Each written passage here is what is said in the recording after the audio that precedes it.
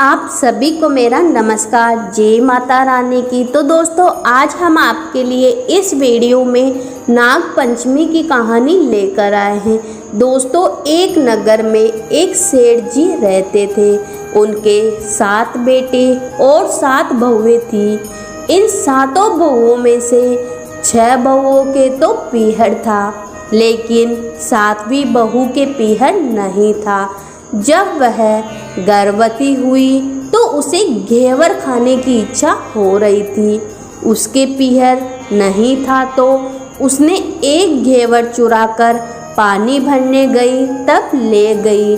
वहां जाकर पेड़ के नीचे घेवर को रख दिया और सोचा कि पानी भरकर आराम से घेवर खा लूँगी।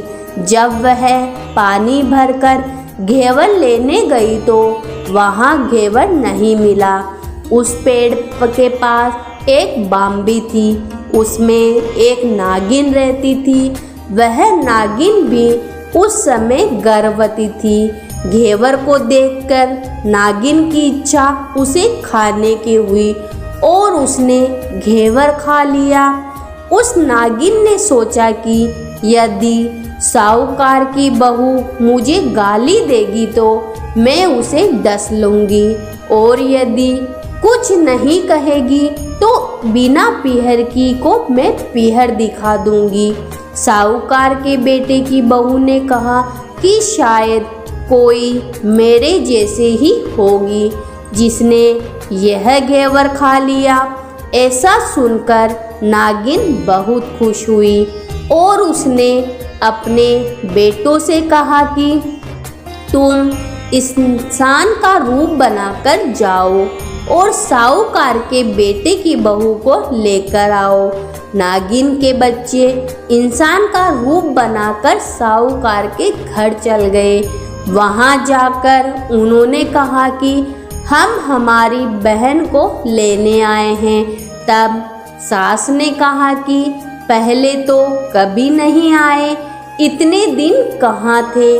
तब उन्होंने कहा कि जब हमारी बहन का जन्म हुआ तब हम नानी के घर थे और शादी हुई तब हम परदेश कमाने के लिए गए हुए थे।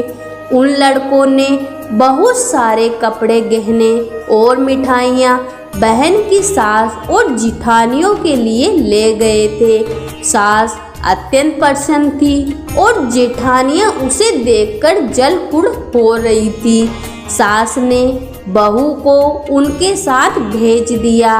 बाम्बी के पास जाकर उन्होंने कहा, बहन, हम नाग हैं। उस दिन जब तुमने पेड़ के नीचे घेवर रखा था तब तुम्हारा घेवर हमारी माँ ने खाया था। उन्होंने तुम्हें अपनी बेटी माना है, इस नाते से तुम हमारी बहन हुई। बहन, अब तुम हमारी पूंछ को पकड़ लो और डरना मत। उनके कहने पर वह पूंछ पकड़कर बाम्बी में चली गई। वहाँ पर उन्होंने उसे बहुत लाड और प्यार से सुख से रखा। वहीं पर उसने एक लड़के को भी जन्म दिया।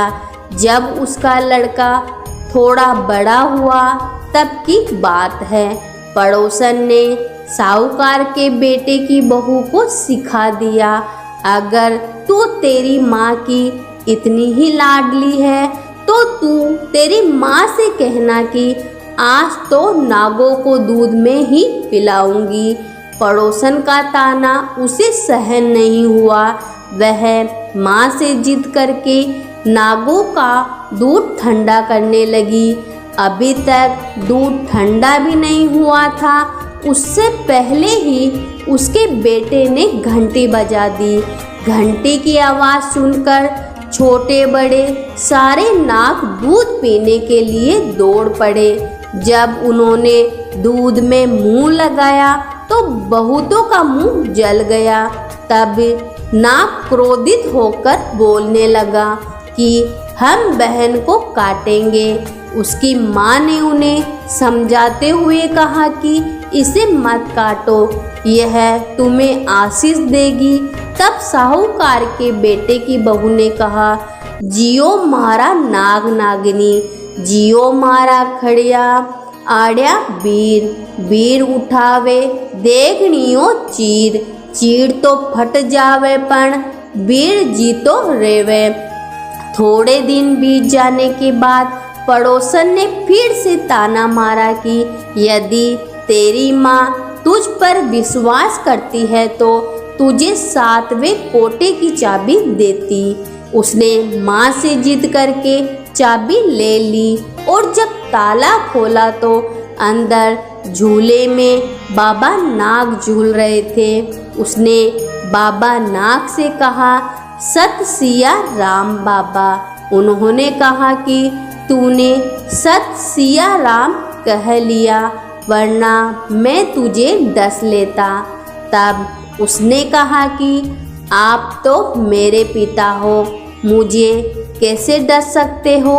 और बोली, जियो नाग नागिनी, जियो वासुकी नाग, जीण मेरो लाड लडाया 9 करोड़ को हार।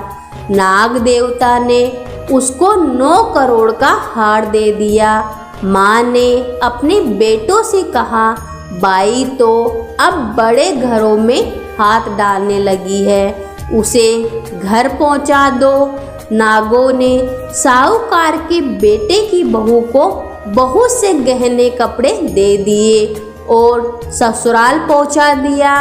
थोड़े दिनों की बात है, उसका बच्चा झाड़ू तोड़ रहा था। ताई ने कहा, झाड़ू मत तोड़, इतना तोड़ने का शौक है तो तेरे नाना मामा के यहाँ से लाया होता। सांपों ने यह सुन लिया। माँ से जाकर कहा। माँ ने कहा, 2 झाड़ू सोने की बनवाओ, 2 चांदी की बनवाओ और दे आओ।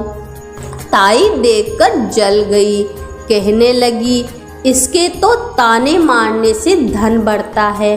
कुछ दिनों की बात है, बच्चा गेहूं बिखेर रहा था।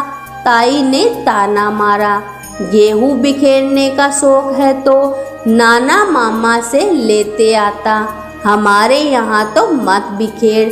सांपों ने सुन लिया, जाकर माँ से कहा। माँ ने कहा, 2 बोरी दाने सोने के घड़ाओ, 2 बोरी दाने चांदी के घड़ाओ और दे आओ। ताइयाँ और जलकर कहने लगी, इसे ताना मत मारो, इसका धन बढ़ता है। छोटी जिठानी लकड़ी लेने गई, वहाँ सांप था।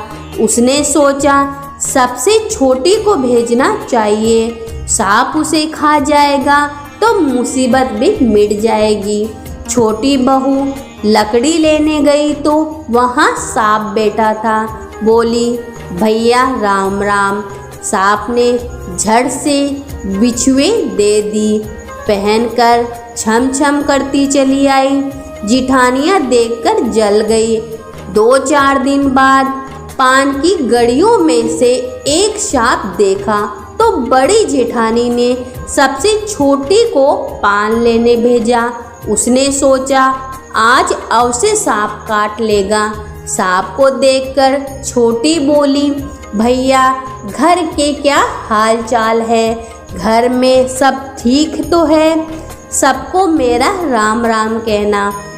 सांप ने मुंदड़ी पहना दी थी। जिठानियाँ फिर जल गई, कूड़ हो गई। उसका पति दुकान से आया, तब सिखा दिया कि तेरी बहू के तो सांप बिच्छू से दोस्ती है। साहूकार का बेटा अपनी बहू से रात को कहने लगा, सच सच बता, सांप बिच्छू तेरे क्या लगते हैं जो तुझे काट खाने के बजाय गहने देते हैं। बहू ने कहा, वो तो मेरे भाई भतीजे लगते हैं। फिर उसने सारी बात अपने पति को बता दी।